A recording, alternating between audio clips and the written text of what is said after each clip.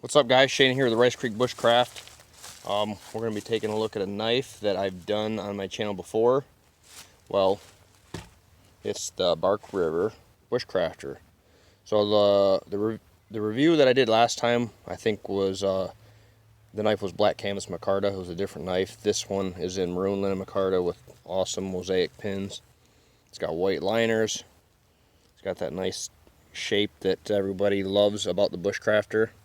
Swell here, a little bit wider in the back, thinner in the front, which it's not, I say thinner in the front, it's not too thin, because I do have knives it's so thin across here that when you make feather sticks, it just absolutely kills this part of your hand. So this one, I think, has just about the right amount of thickness.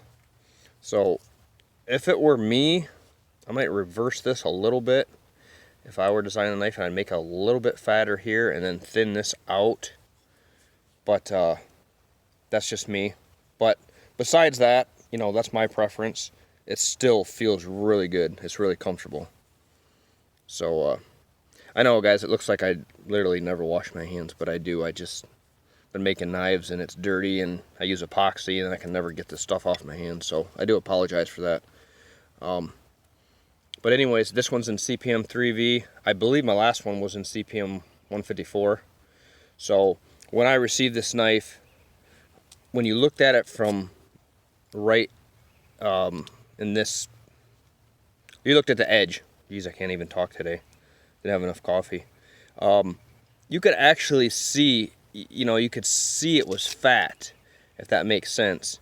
So where it came together, instead of being nice and sharp, it was kind of like this. So I took it on my belt grinder and I kept with the same profile that Bark River had. And I'm not saying it came that way. I got this knife used, so I'm not blaming Bark River. I'm just saying it was terrible as far as being sharp, and I was never going to get it done on stones. So I just went ahead and put on my belt grinder, 240 Trizac belt, kept it nice and cool. So now it's nice and razor sharp. So what I thought we'd do today with this is me to shut up, and I've used my katana saw there to cut up some soft maple. Got my stump over here. We'll split some wood, we'll do a little batani, make some feather sticks, and we'll make a fire. So pitter patter, let's get at her. Go. Alright, guys, so before we completely get started, we'll talk about the sheath a little bit. It's just a two pieces of leather sewn together, pouch style. It fits really nice. It's tight. You can get 3 fingers on it easily, or 2 and a thumb. Pull it out. So the sheath is good.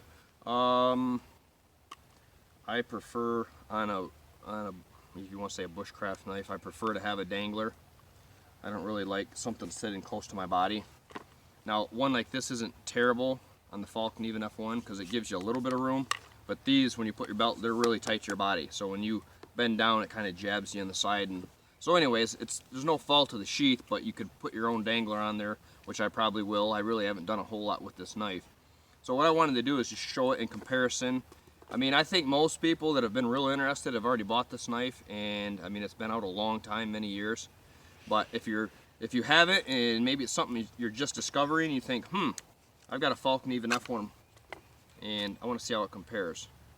So it's almost exactly the same length.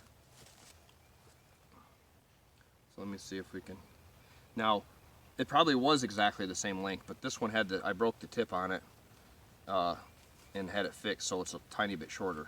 So if this was a stock knife, they're probably exact the same length. The difference is the handle design. This is just really straight and it's flat across the top, which that's what I'm talking about. It's good for putting pressure on wood or whatever you're working in, so it doesn't create fatigue in this part of your hand. So it's a good design. It's got decent grip, but it's just not this. Bark River's handles are really phenomenal. So this one just feels much better. It's smoother. Yeah. So in that regard, that's how it compares to the F1. This is the Bark River ultralight bushcrafter, so there's how it compares there. Much larger, much thicker knife, but I carry this every single day. Absolutely every day I carry this knife. and one of these sharpshooter sheaths with the magnetic retention. This just goes in your pocket, and this just clips over the outside of your pocket. It's a magnet. Works really well. So that's how it compares to that. And then a lot of Bark River guys have one of these. It's the necker. This is the original. They redid the necker at some point in time, and they've changed it a little bit. The handle, I don't think the new ones have this exposed. The scales come all the way across here, the lanyard hole. I like this one. I have two of these actually. So similar thickness. This is 3V, this is 3V, but you can see a size difference. So there's how it compares to a couple knives. So I'm gonna get going. We're gonna split up some wood here, and we're gonna make a fire. Go. And here's one other knife. This is a classic utility caper. I've not done a video on this, and I'm going to. I think this is a fantastic knife. I just received this one a couple days ago. This is my second one. I just throw this in my pocket like this. But if you have one of these, that's how it compares.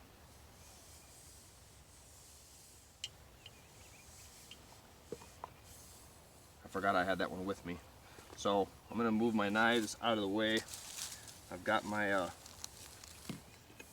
Grand's First Brucks small forest axe. I'm gonna split this wood. Maybe not that one. Maybe not that one. Let's do this one. Get this down more manageable.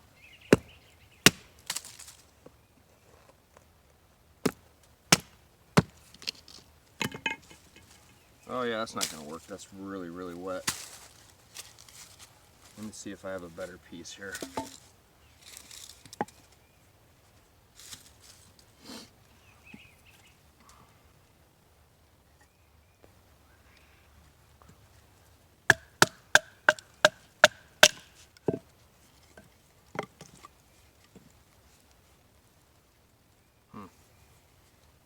Feels a little better, but it still feels somewhat wet. Let's see what we can get here.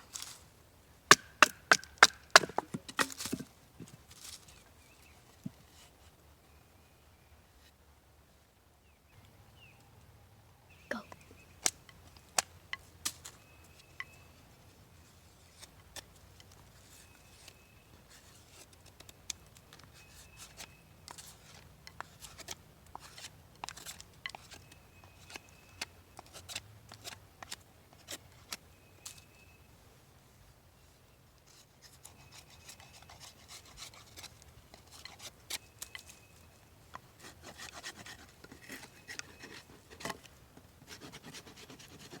Got a good spine.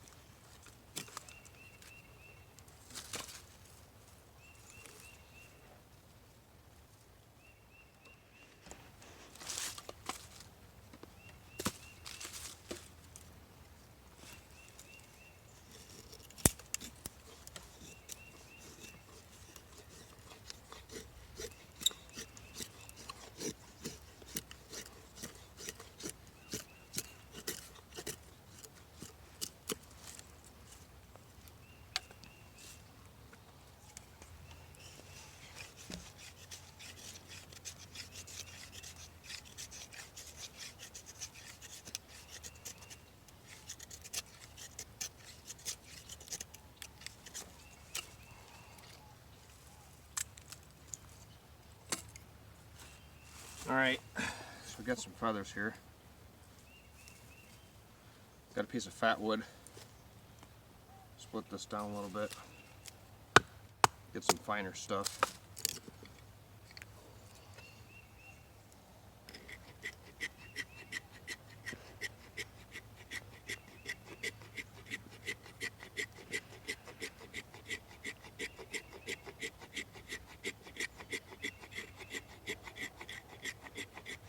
This is just gonna be something to catch a spark.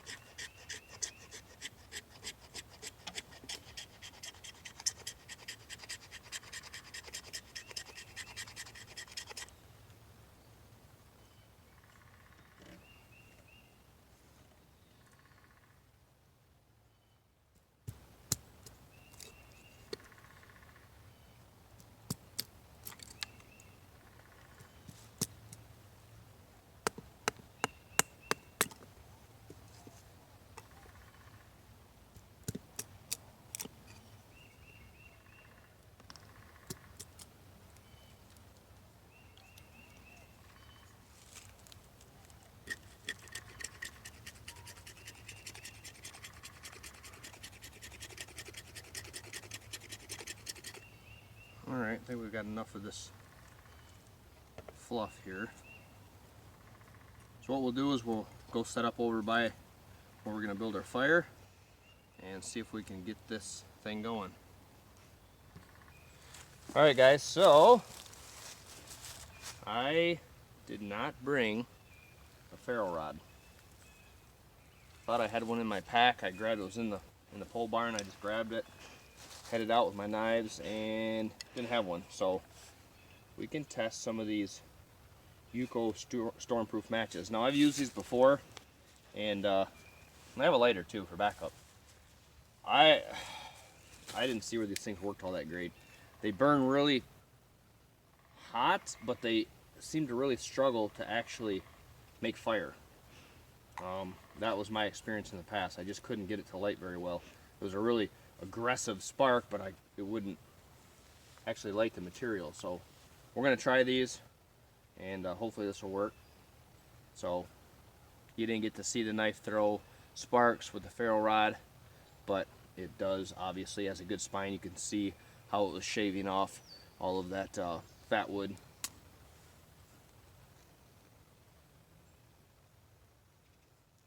You're doing really good.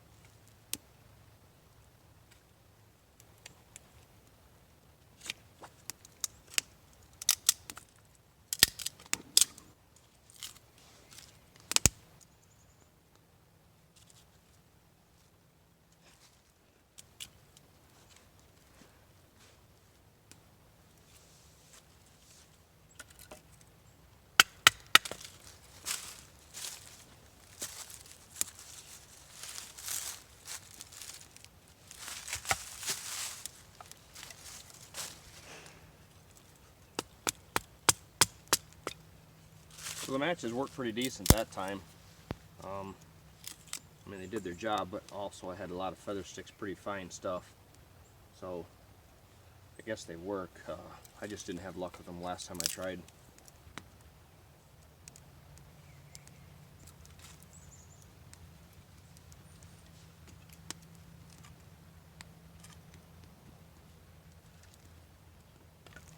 Alright, we'll let that build up a little bit. Talk about the knife.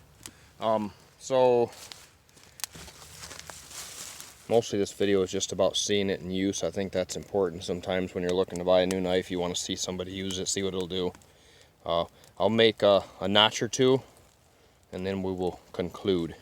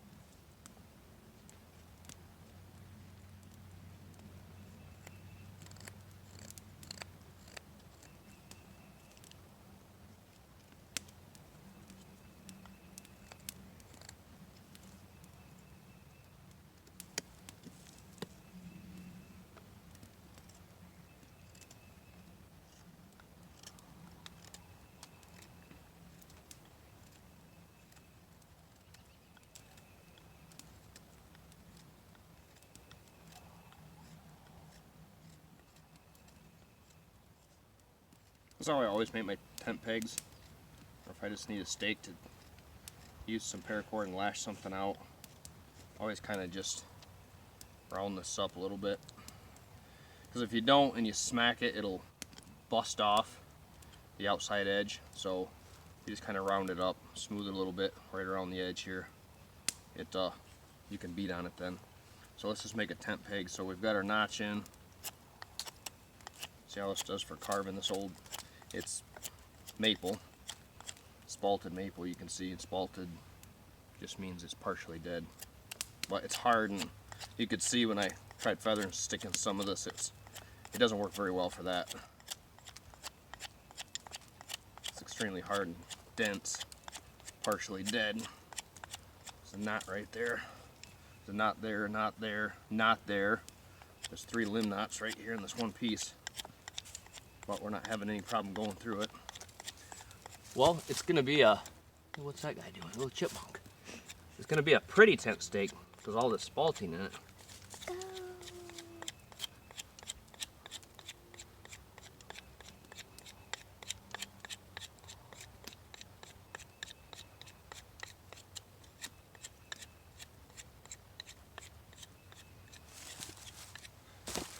So there you go. So we'll do 1 square notch. We'll do 1 square notch in the same piece, just for the fun.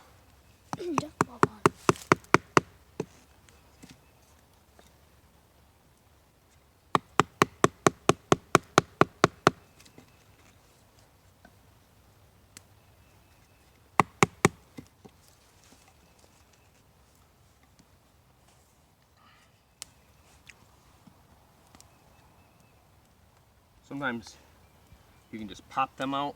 Sometimes you have to do this, kind of chip it out. Sometimes you can just take your blade and just pop, but I mean, obviously you're putting a lot of pressure on your edge. So I only do that if it's a really small notch. And you use this tip, you can just get in here, carve this excess wood out, kind of get the bottom of your notch. Try to flatten it out as much as possible.